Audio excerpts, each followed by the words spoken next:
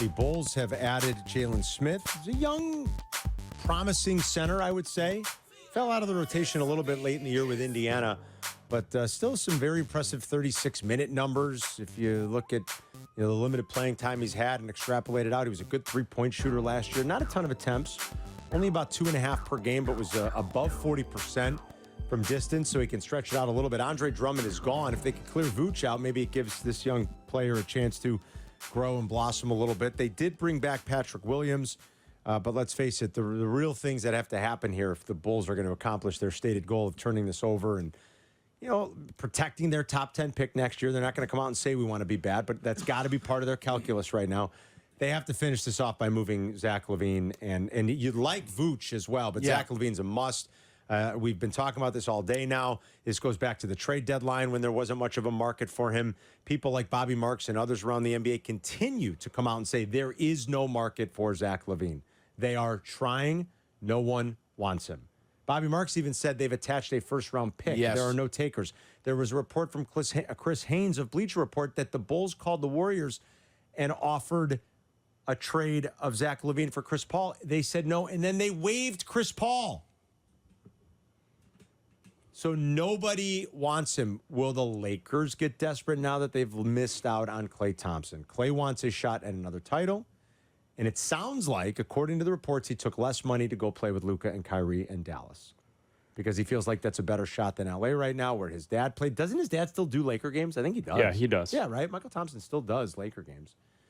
He said he's on the radio broadcast team. Thank you, Chris. That's what I thought. He said thanks, but no thanks. I guess the only things you can do is have teams that are looking for players similar to LaVine and don't get them, and somebody's got to go ahead and make a move for him. Can the Bulls do like a sign-and trade with DeMar right now to the Lakers? Or does that not make sense? You don't want to sign and trade him because you don't want to take salary back. I don't know. What's better? But letting him leave as a free agent, obviously. There appear to be some options now for the Lakers if they're going to pivot away, and it could impact the Bulls. I would be surprised if DeMar's back. Zach LaVine may be back if there's nowhere to move him. But that's going to be the thing to track as we get into this next wave of free agency as some of the dust settles with the biggest names out there. Derek White staying put in Boston. Tyrese Maxey staying put in Philly. Paul George goes from the Clippers to the Sixers. They did not want to give him that fourth year. I think some of that is, again, that second apron stuff as far as I can tell. Second apron. Don't worry about the first. Worry about that second apron. You started telling me about aprons. I'm just like, I don't even know what the hell's going on. So in the middle of the night, Woj broke that news, like legit middle of the night. I'd seen it when I woke up this morning, and it was like from 3 hours ago. I was like, wow. That Paul George, I think Shams had it too. Those guys basically get those stories at the same time. Paul George goes from the Clippers to the Sixers. Nicholas Batum is going back to LA to the Clippers, so maybe that does take DeMar out of it a little. But I would think DeMar's going to have a landing spot somewhere. And according to Brian Windhorst in the Hoop Collective podcast last night, Windhorst said include DeMar DeRozan on the short list of names which LeBron would lower his salary for. He had mentioned Harden. Now we know Harden's staying with the Clippers. He mentioned Klay. Klay's gone. He's going to Dallas. He mentioned Valanciunas, who signed with Washington, or somebody else on the pod. It might have been Bontemps. Tim Bontemps said those names, and Brian Windhorst interjected, and he said, I'd put DeMar DeRozan on that list and maybe one other. He didn't say who the one other was, but he said, I would also put DeMar DeRozan on that list. And I would trust what Windhorst says when it comes to LeBron and knowing what he's thinking and knowing the Lakers. And he said that DeMar would be on that list. So does that happen? It sure feels like to complete the retooling of this roster, those types of things have to happen. DeMar's got to go somewhere else. Zach's got to get traded. And if you could, you trade Vooch, right? Well, start playing young guys. The big fella in the middle that can't shoot three-pointers, he's got to go. The guy that they traded for because he could shoot threes because he did it for half a season and could never replicate that guy? Not even come remotely close. Don't fall for the outlier, York. What do we always say? Don't fall for it. Regress to the mean. Look at the big sample, not the little one. Yep. Because Vooch was shooting about 39% when they made that trade. And I was like, ooh, look at Vooch. And he never shot 39% again. Good Lord, I don't know that he came close. When the Bulls made the trade 3 years ago, God, has it been 4 years already, right? Or it's been 3. Vooch was shooting 40.6% from three. He came to the Bulls for 26 games.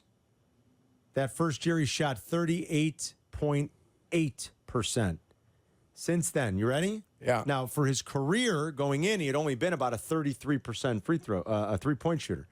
But he had that one outlier year. 2022, 31.4. 2023, 34.9. 2024, 29.4. Ouch. Yeah, it's terrible. Ouch. If you're not shooting 33%, Yes. don't take three-pointers. Probably not. I mean, at least At the 33%. That is the bare minimum. If you can't shoot 33, don't take them. The math starts to become in your favor when you're over that threshold. Right. Yeah. Otherwise, it's just 2 pointers the whole way. Eddie's on the north side. What's up, Eddie? Eddie? Hello? Sound like Eddie not to be there. Eddie. Eddie? Hey, I'm here. I'm sorry. So Hey, boys. What is this with Chicago? We got nobody wants LaVine, nobody wanted Fields. It sounds like to me that if we would have got rid of these guys a lot earlier, we would have got a lot more. And then Jurk, I mean, could it be true that Trump won 2 club championships? I mean, What club is he playing Can't be at? that good. What club is he playing at? Listen, I'm a golfer. Thank right? you, Eddie. And when the numbers started getting thrown out there, I just laughed. It was hilarious. I laughed. 2.9 is comical and 6 is comical. Comical. It's all comical, It's guys. all comical. It's comicus. Thank you. Thank you. I love Eddie's like asking Jurk, where could he win those? No. I don't know what the club is, but Yeah. man, oh man, I'd I like to don't go know. win some club championship. Yeah. I mean, geez. Listen, I was a 12 2.5 years ago. I'm not a 12 no more, Carm. If those two guys are 2.9 and 6, I'm like a +1. Yeah. I mean, come on No, now. it's comical. Black's a is. scratch golfer. Yeah. Is he? No chance. No chance. I do think if it. Joe Biden's a 6, you're a scratch golfer. Well, yeah. I mean, I think there's 6? nothing more hilarious and more American than two elder gentlemen Arguing about their arguing handicaps. over their golf game can hit the drive that has farther. something that has nothing to do with what they're supposed to be talking about. Incredible. Having and you're a right. debate about in Yeah, front right. of nobody. I think when we get to that date in November, let's just have a long drive in closest to the pin competition. At this point, we might as well. Let's see what who happens. could stick it. Taunting him, you've got to I like carry it. your own clubs. Stick it real Joe good. Biden couldn't carry And of his course, own clubs for 18 guys, holes. Are you of- kidding? Of course, No. now they've got videos of both guys, like old footage of Joe Biden, chipping, and they got videos of Trump now, who is chipping from about 30 yards out, just shanked one to the right. They've got all types of videos that are going to be out there now, just making you laugh. Joe Biden couldn't carry his clubs from the bag drop to the first tee. No. At this point, Could he? at this point, if there was a candidate that came out and was like, "I shoot from the tips," I'd be like, "You know what? I'm going to vote for that guy. All right, All right. now we're talking." I play. It I'm is- a 2 from the tips. Golf From the is what? one From of the those. tips. Oh, Golf is one of those things, though, when you meet someone new and they say what they shoot or what they usually play, you always have to have like a, are you really playing that? Are you really shooting that? You really doing that? You know, like, do you trust the person who's telling you that they shoot whatever? Sometimes I hear you. You've got You know to what I mean? see it to believe it. And then we all probably have friends that are great That can play. Yes, and you know, of course. it, of course. You're like, yeah, that guy's a legit 1. He's a legit 2. I mean, yeah, and he I'm can jealous blast of the those ball. guys. He can blast the ball, It was Right. priceless. Oh my God! What did Eddie say though to his original point? Oh, it was about why does nobody want Justin Fields? Why does nobody want Zach LaVine?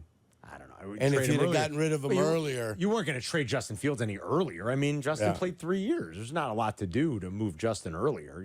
It's just that is what it is. And Though the caveat I always have, you got to move him before they figure out he can't do it. yeah, that would have been hard with a third-year quarterback. I got don't you it, think, but Eric? you've got to move them before you figure out they can't do it.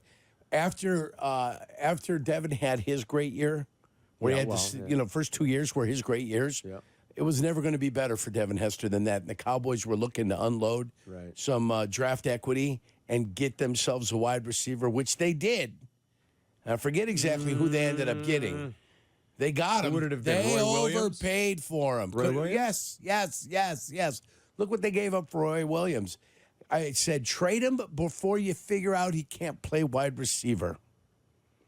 That was it. That was the call. Look at the Roy Williams trade. What they ended up trading him from Detroit, right? Roy Williams was originally Yeah, with he Detroit. was with Detroit. They traded. Let me see if I can find it. But I think that's Eddie's Boy, point. he busted out in Yeah. Dallas too, didn't he? Yes, he did. Holy I think that was cow. the point, though. You got to. People think they can do something, they can project it until they do it, and they don't project that well.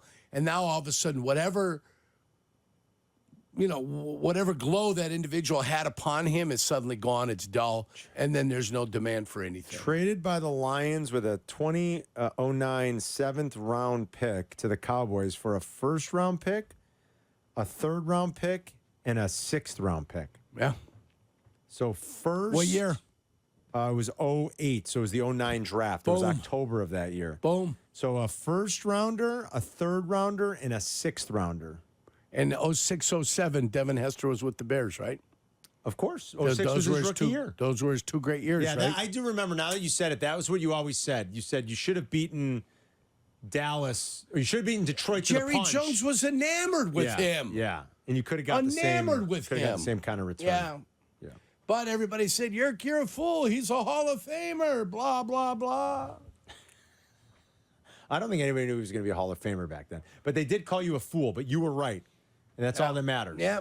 When it's all said and done, you were right. Yeah. Jurko. I was right at the time, Yeah, of course. which is the best time to be right. That's right. Yes. At the time. It's not better to be right 3 weeks from now. Better to be right now. Thank you. Thank you. The Blackhawks making a few moves today, too. Just want to mention that. I think they've done well to add some scoring around Connor Bedard. You got to get some guys that can put the puck in the net. Yeah. They just don't have it. Put the biscuit in the basket, kid. Teuvo Teravainen is back, and he can put the biscuit in the basket. And so can Bertuzzi. Bertuzzi's got a couple of 20-goal seasons. Got to be able to light the lamp, Carm. Thank you. I'm going to give you all the phrases. vernaculars, Give right? it to all. Give me Yeah. all of it. You got to be able to light the lamp, put the biscuit in the basket, score greasy goals. What else do we got? I forget, but all of them. That's what we need. Guys that can do it different ways. Upper shelf where Mama hides the cookies, That's right? right. All of it. And Teuvo can still do that. And so the Hawks have been active on this opening day of free agency. A lot of guys. Patrick Kane's back in Detroit for another year. Good for Patrick. Steven Stamkos is left after a brilliant, distinguished career with the Tampa Bay Lightning. He goes to the Predators. Predators added up on a couple of older guys with the Stanley Cup pedigree. They signed Marchessault, I think, as well, if I saw that correctly. So fun time of year for hockey and the NBA with free agency happening. It's better than talking about our baseball teams right now. Sweet Lord. Dean is downtown. What's going on, Dino? Up along Casarich. What do you hear? What do you say? What's up, buddy? I have 2 of my favorite couples, TV couples, for the list. By the way, I wanted to point out really quickly, I don't like to correct Chris Blick, but I believe Angel Reese just broke the rookie record because I have a bet for her to break the actual record. Yeah. I got it at like plus 1,000, so she needs to do that for 3 more games. I believe that is correct. I think it is the all-time rookie record, yes, for sure. And then she's closing in the all-time We got to get after Mr. Blick. It's okay. For that one. Yes, sir, we do. Let's wait till later. I'll quickly do my couples for you, and then I'll let you guys discuss because I know you're going to love the second one. The first is a show that I just like. It's King of Queens. I love Doug and Carrie Heffernan. Yes. I recommend that show to people. You get Patton Oswalt in there, the late, great Jerry Stiller, which brings me to my number 1, Estelle and Frank Costanza. Boy, that's a your good one. meatloaf is mushy, your salmon croquettes are oily, and your eggplant parmesan is a disgrace to this house! Give me that spatula. That's pretty good, Dean.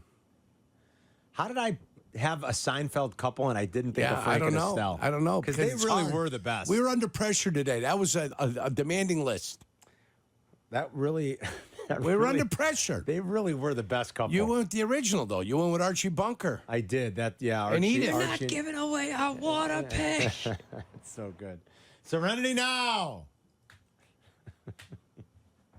How could I forget that? And I had a Seinfeld couple. Damn it. That's my bad. I'm blaming you. Crosstalk coming up at 2:35. Tommy Waddle is back in the house, baby.